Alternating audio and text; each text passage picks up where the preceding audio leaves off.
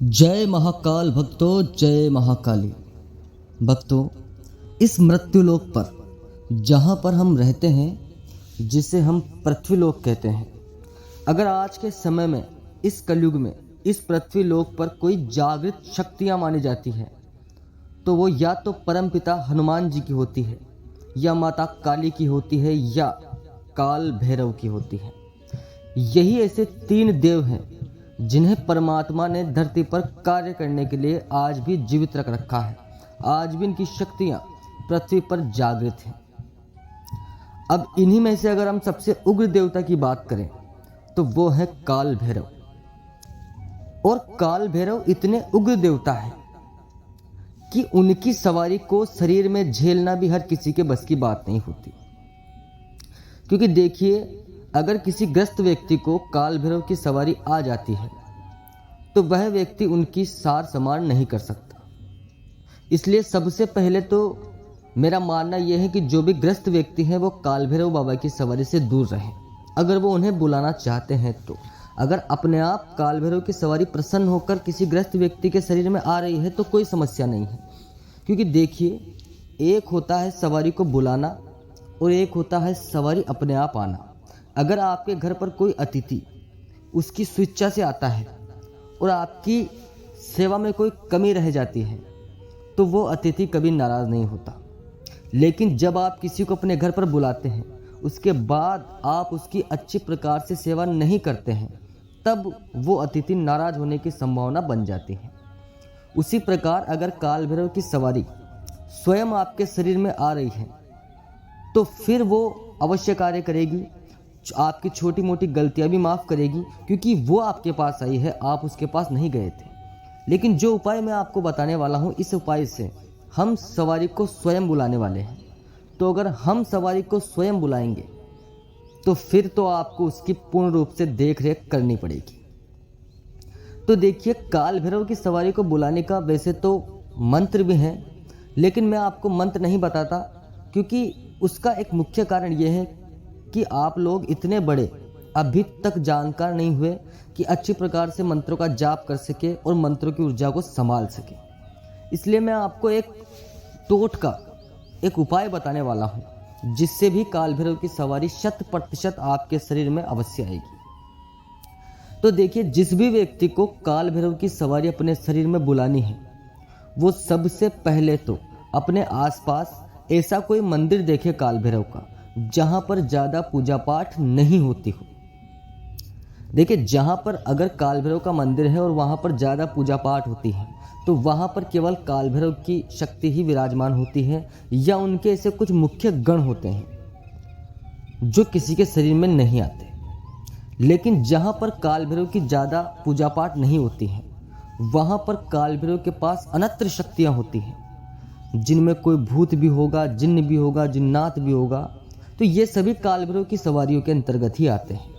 तो आप जहाँ पर ज़्यादा पूजा पाठ नहीं होती है या बिल्कुल भी पूजा पाठ नहीं होती है वहाँ पर जाएं और काल भैरव को स्नान करवाएं। अच्छे से घी का दीपक लगाएं, सरसों के तेल का दीपक लगाएं। जो भी काल भैरव की पूजा आप ले जा सकते हैं वो ले जाएं, और ये कार्य आप शुरू करें अमावस्या के दिन से या फिर रविवार के दिन से। अब आपको 1.25 महीने तक वही कार्य रेगुलर नित्य करना है। याद रखिए, सवारी बुलाने के लिए दिन कभी खंडित नहीं होने चाहिए। आपको 21 दिन या 1.25 महीने, जब तक भी आप प्रण लेना चाहें, जब तक भी आप जाना चाहें, नित्य जाएं, कभी भी खंडित ना करें। अगर आप 1.25 महीने तक ये कार्य करेंगे, उसके बाद में आप काल भैरव की जो पूरी पूजा है जिसमें उनका चोला भी आता हो, वो चोला भी वहाँ पर चढ़ाएं। उसके बाद उनसे प्रार्थना करें कि हे बाबा, मैं आपकी सेवा स्वीकार करता हूँ और मेरे साथ आप अपनी कोई भी उचित सवारी जो सकारात्मक रूप से कार्य कर सके वो भेजिए। तो आप देखिए, 100 महीने के अंतर्गत ही आपके अंदर सवारी का आवागमन होने लगेगा। देखिए, 1.25 महीने में सवारी इस प्रकार कभी नहीं आएगी कि आएगी गद्दी लेगी, ऐसा नहीं होता। 1.25 महीने के बाद आपको धीरे धीरे ऐसा अनुमान होने लगेगा कि आपके शरीर में कोई ना कोई शक्ति है।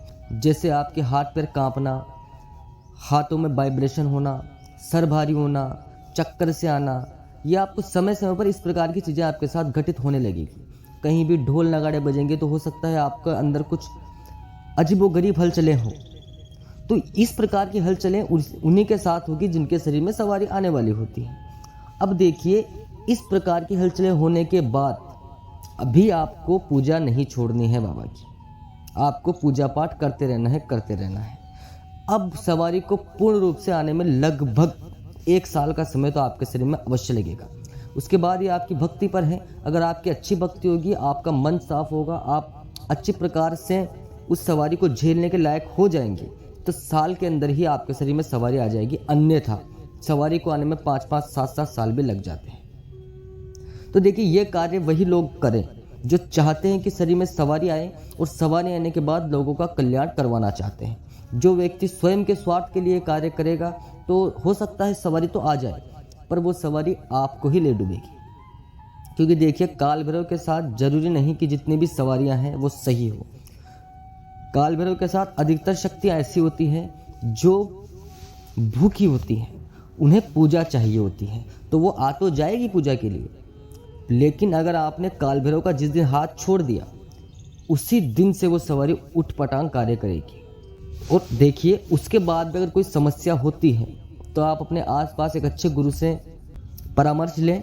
और अगर आपके आसपास काल भैरव की कोई दूसरी सवारी भी आती है, जैसे आप देखते हैं कि बहुत सारे व्यक्तियों को आती है सवारी, तो आप उसके पास जाकर भी उससे जानकारी ले सकते हैं कि सवारी को मैं किस प्रकार चलाऊं। और अगर आपके शरीर में ऐसी कुछ हलचलें होती है तो आप कमेंट करके हमसे भी पूछ सकते हैं।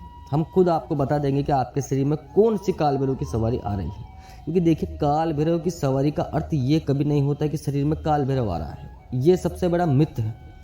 काल भैरव जी किसी के शरीर में नहीं आ सकते। काल भैरव की सवारी अर्थात उनकी कोई शक्ति ही आती है। जय महाकाली बच्चों, जय महाकाल, जय काल भैरव।